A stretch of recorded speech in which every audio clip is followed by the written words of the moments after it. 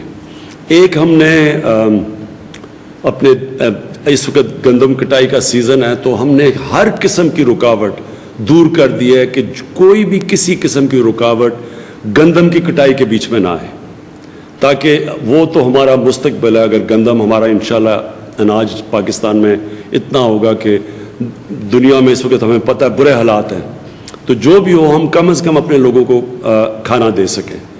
تو ایک تو دیہات کے اندر ہم نے کہا کہ کسی قسم کی ایکٹیویٹی میں انٹرفیئرنس نہیں ہونی چاہیے. دوسری طرف ہم نے یہ فیصلہ کیا کہ شہروں کے اندر ہم کنسٹرکشن اور کئی اور انڈسٹری کو کھول دیں گے آج سے. اب یہ اس کے اوپر میں آپ سب کو بتا دوں کہ سارے صوبوں کے اندر باقاعدہ تفصیل میں مشاورت ہوئی ہے. سارے صوبوں کے چیف منسٹرز کے ساتھ بھی مشاورت ہوئی ہے. اس سے پہلے اس کے پہلے لیول پہ ان کے جو چیف سیکرٹریز تھے ان کے ساتھ یہ باقاعدہ مشاورت ہو کے ہم یہاں تک پہنچے ہیں. اور تقریباً میں کہوں گا 98% اب مکمل طور پہ کنسنسس ہو گیا ہے کہ ہم نے کون سی انڈسٹری کھولنی اور کون سی نہیں کھولنی. میں یہ بھی کہہ دوں ابھی بھی کیونکہ 18th امینڈمنٹ کے بعد صوبوں کے پاس اختیارات ہیں, تو آج بھی اگر کوئی صوبے یہ سمجھتے ہیں کہ ابھی وہ تیار نہیں ہیں یا وہ ابھی ڈیلے کرنا چاہتے ہیں تو یہ ان کے اوپر اختیارات ہیں. یہ سینٹر ان کے اوپر ایک قسم کا بھی اپنا جو سوچ ہے وہ لاگو نہیں کرے گا. لیکن جہاں تک میں سمجھاؤں اب تک تقریباً سارے صوبے ایکسیپٹ کر بیٹھے ہیں کہ ہم کس فیزز میں کھولنا ہے. اور یہ اس کی تفصیل ابھی حماد اظہر آپ کو دیں گے کہ کون کون سے صوبے کتنا کون کون سی انڈسٹری اور خاص طور پہ کنسٹرکشن کی انڈسٹری میں کیا کیا کھولنا ہے. اور کنسٹرکشن اس لیے ضروری ہے کیونکہ یہ سب سے زیادہ ایگریکلچر کے بعد سب سے زیادہ لوگوں کو روزگار ملتا ہے وہ کنسٹرکشن کی انڈسٹری سے ملتا ہے. اس لیے ہم نے فیصلہ کیا کنسٹرکشن کی انڈسٹری کو کھولنا. اور مجھے یہ بھی میں آپ کو کہہ دوں کہ جو دنیا کے اندر فوربس موڈیز کی جو ایک پوری ایک انہوں نے باقاعدہ تفصیل میں ریسرچ کر کے جو وہ نتیجے پہ آئے ہیں کہ جو لو کاسٹ انڈسٹری یعنی لو رسک جن انڈسٹریز کے اندر رسک کم ہے اس پہ کنسٹرکشن سب سے زیادہ ہے. تو کنسٹرکشن انڈسٹری میں رسک بھی کم ہے, لوگوں کو بھی زیادہ روزگار دیتے ہیں. تو ایک تو ہم کنسٹرکشن انڈسٹری آج سے کھول رہے ہیں فیزز کے اندر, وہ حماد آپ کو پوری اس کی تفصیل دے دیں گے. اور آج انشاءاللہ کل تک ہم ایک آرڈیننس لے کے آ رہے ہیں کنسٹرکشن انڈسٹری کے لیے. اس آرڈیننس کے بعد ایک کنسٹرکشن انڈسٹری کو بہت زیادہ یعنی پاکستان کی تاریخ میں کبھی بھی اس طرح کا انسینٹیو پیکج نہیں دیا گیا جو انشاءاللہ ہم یہ کل تک جو ہماری کنسٹرکشن کے اوپر آرڈیننس آئے گی اس میں ہم اپنی کنسٹرکشن انڈسٹری کو پورا ایک سٹیمولس پیکج دیں گے تاکہ وہ پاکستان کے اندر شروع کرے کنسٹرکشن تاکہ ہمارے لوگوں کو روزگار ملے. باقی جو انڈسٹریز ہیں وہ حماد اظہر آپ اس کے اوپر بات کریں گے. اس کے علاوہ جو ایشو تھا وہ کہ جو ہمارے پاکستانی باہر کے ملکوں میں پھنس گئے ہیں, سٹینڈرڈ پاکستانی یعنی جو آ رہے تھے کہیں پھنس گئے ہیں ٹرانزٹ کے اندر اور مختلف ملکوں میں پھنسے ہوئے ہیں. اب میں اب سب ان کو میں یہ پیغام دینا چاہتا ہوں آج کہ ہم اس کے اوپر بڑی تفصیل سے اس کے اوپر بھی گفتگو کرتے رہے ہیں آپس میں کہ ہم ان کا کیا کریں. اب مسئلہ کیا ہے کہ تافتان سے جب ہمارے آئے زائرین اور اس کے علاوہ باہر سے بھی کئی پاکستانی آئے تو جو شروع میں کرونا جو پھیلی یا جو پاکستان میں اس کا جو انٹروڈکشن ہوا وہ باہر سے آئی. تو اس لیے صوبوں کے اندر ایک بڑا خوف ہے کہ اگر ہم نے پوری طرح تیاری کے بغیر اگر ہمیں باہر سے پاکستانیوں کو آنے دیا تو یہ جو ابھی ہمارا اللہ کے کرم سے بچی ہوئی ہے، ہم ملک بچا ہوا ہے، جس طرح یعنی اگر آپ موازنہ کریں باہر کے ملکوں سے تو اللہ نے پاکستان کو کافی طور پہ بچایا ہوا ہے. تو خوف یہ ہے کہ اگر باہر سے ہم نے لوگ لائے اور ہمارے پاس یہاں ٹیسٹنگ نہ ہوئی، ہمارے پاس صحیح معنی میں کوارنٹین فیسلٹیز نہ ہوئی، تو پھر یہاں یہ زیادہ تیزی سے پھیل جائے گا. تو اس کے لیے صوبوں کو کافی اس کے اوپر خدشات تھے، لیکن کیونکہ وہ بھی ہمارے پاکستانی ہیں، وہ برے حالات میں ہیں اور مجھے پورا احساس ہے اس چیز کا، تو آج ہم نے فیصلے کیے اور وہ موعد یوسف اس کے اوپر آپ کو مزید ڈیٹیلز دے دیں گے کہ کس طرح ہم پاکستانیوں کو واپس لے کے آ رہے ہیں.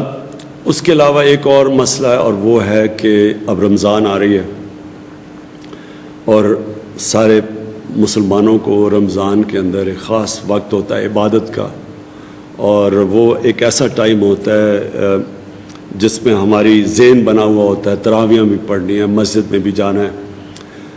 تو میں نے یہ فیصلہ کیا ہے کہ میں علماء کو، پاکستان کے مختلف فقہ کے علماء کو میں بلاؤں گا، ان کے ساتھ ہم مشاورت کریں گے کہ ہم نے کیسے کرنا ہے کہ ہماری عبادت بھی ہو اور ساتھ ساتھ یہ جو کرونا کا یہ جو ایک دنیا پہ عذاب آیا ہوا ہے اس سے بھی ہم اپنے لوگوں کو کیسے بچائیں. تو اس کے اوپر ہم باقاعدہ اگلے دنوں میں مشاورت کریں گے اور انشاءاللہ رمضان سے پہلے آپ سب کو بتائیں گے کہ کیسے ہم یہ دو بیلنس کر سکتے ہیں. ہر جگہ ہمیں اپنی حکمت استعمال کرنی ہے. اللہ نے عقل دی ہے، حکمت دی ہے، نبی صلی اللہ علیہ وسلم نے کئی ان کی حدیثیں ہیں کہ کیسے ان ایسے موقعوں پہ ہم نے کیا کرنا ہے، لیکن ہم علماء کو بٹھا کے تو اس کے اوپر ایک نیشنل رسپانس نکالیں گے تاکہ ساری جگہ جب رمضان آئے تو ہم یہ بیلنس کر سکیں، اپنی حکمت استعمال کر سکیں، اپنی عبادت بھی کر سکیں اور پھر یہ اپنے لوگوں کو کرونا سے بھی بچائیں. آخر میں صرف ایک چیز کہنا چاہتا ہوں، میں چاہوں گا کہ میری اپنی ساری ٹیم اب بات کرے. آخر میں ایک چیز کہنا چاہتا ہوں کہ جو اس ملک کو بہت بڑا خطرہ ہے وہ دو چیزوں سے. ایک ہے سمگلنگ سے، ایک تو ہماری گندم کی سمگلنگ ایک ایسی چیز ہے کیونکہ باہر گندم کی قیمت بڑھ گئی ہے تو اور کیونکہ لوگ ڈرے ہوئے ہیں تو گندم جمع کر رہے ہیں، تو ایک خطرہ یہ ہے کہ گندم یہاں سے سمگل ہوگی. اور دوسرا ہمیں یہ بھی ہے کہ ہمارے ڈالرز بھی یہاں سے سمگل ہو کے جاتے ہیں. تو اس کے اوپر میں یہ کہنا چاہتا ہوں کہ ہم نے کل انشاءاللہ یا پرسوں ایک بڑا سخت آرڈیننس لے کے آ رہے ہیں جو ان دونوں کے خلاف یہ جو سمگلنگ، اس کے اوپر بڑا سخت یہ آرڈیننس آئے گی، سزائیں ہوں گی جو پہلے کبھی اتنی سزائیں نہیں جو اب ملیں گی لوگوں کو. اور دوسرا ہوڈنگ، ذخیرہ اندوزی، یہ دوسرا ہمارا مسئلہ ہے کہ ہم اگر لوگوں کو پیسے بھی دے رہے ہیں اور پھر پتہ چلے کہ ذخیرہ اندوزی سے چیزوں کی جو بنیادی کھانے کی چیزیں ہیں، ضروریات کی چیزیں ہیں، ان کی اگر قیمت بھی اوپر چلی جائے تو ان لوگوں کا پیسہ تو ادھر ہی یعنی بڑی جلدی ختم ہو جائے گا. اس لیے اپنی قوم کو بچانے کے لیے یہ جو ہمیشہ رمضان سے پہلے ذخیرہ اندوزی کر کے قیمتیں اوپر بڑھا کے تھوڑے سے لوگ بڑا پیسہ بناتے ہیں، تو ایک ہوڈنگ اور سمگلنگ کے اوپر، ان دو چیزوں کے اوپر آرڈیننس لے کے آ رہے ہیں. سخت سزائیں دی جائیں گی. اور ہوڈنگ پہ تو ہم نے مینیجرز کو نہیں پکڑنا، جدھر بھی ہمیں پتہ چلا کہ ہوڈنگ ہوئی ہم نے سیدھے جا کے جو مالک ہے اس کو پکڑیں گے اور سزائیں دیں گے. تو میں یہ صرف آپ کو اس لیے کہہ دوں کہ ہم ابھی سے تیاری کر رہے ہیں کہ یہ جو مہنگائی، آرٹیفیشل مہنگائی وہ جو کرتے ہیں رمضان سے پہلے، آگے ہی کرونا کا مسئلہ ہوا، اوپر سے اگر رمضان کو دیکھ کے پیسے بنانے کی لوگوں نے کوشش کی، تو میں آج آپ کو کہہ رہا ہوں کہ حکومت کا بڑا سخت رویہ ہوگا، وہ آپ آرڈیننس میں دیکھ لیں گے.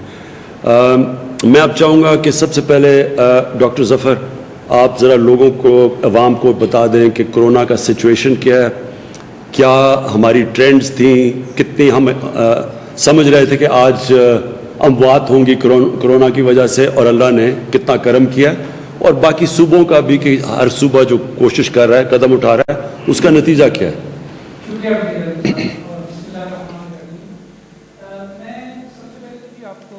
تازہ اعداد و شمار ایک آئیڈیا دینا چاہتا ہوں بہت اختصار کے ساتھ۔ عالمی سطح پہ تو اب 2 ملین یعنی کہ 20 لاکھ کے قریب مریض جو ہیں وہ اس کے شناخت ہو چکے ہیں۔ جو ٹوٹل عالمی سطح پہ ڈیتھس ہو چکی ہیں وہ تقریباً 1,20,000 کے قریب ہیں، اور 4.5 لاکھ لوگ مکمل طور پہ ریکور بھی ہو چکے ہیں۔ جو عالمی سطح پہ اوسط لوگ جن کی وفات ہوئی اس کی وجہ سے، اس کا جو میٹرک ہے جسے ہم کیس فرٹیلیٹی ریٹ کہتے ہیں، وہ 6.2 ہے۔ پاکستان میں الحمدللہ وہ 1.7 ہے اس وقت۔